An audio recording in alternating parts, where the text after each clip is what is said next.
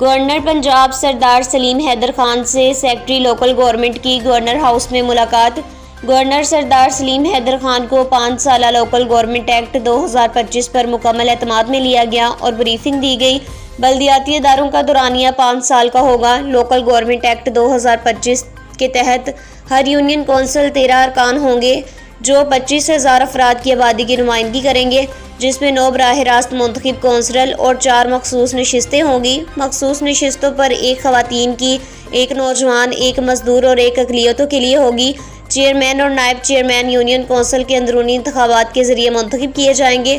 منتخب ممبران کو 1 ماہ کے اندر کسی نہ کسی سیاسی جماعت میں شمولیت اختیار کرنا ہوگی۔ یونین کونسل میں وارڈ نظام ختم کیا جائے گا۔ اختیارات عوام تک منتقل کرنا پیپلز پارٹی کا شیوا ہے۔ گورنر پنجاب: بلدیاتی انتخابات وقت کی اہم ضرورت ہے۔ Governor Sardar Salim Haider Khan: local government act 2025 کے نفاذ سے یونین کونسل کی سطح اختیارات اور فنڈز منتقل ہوں گے۔ پیپلز پارٹی عوامی جماعت ہے اور اپنے ورکروں کو اقتدار کے ایوانوں میں لے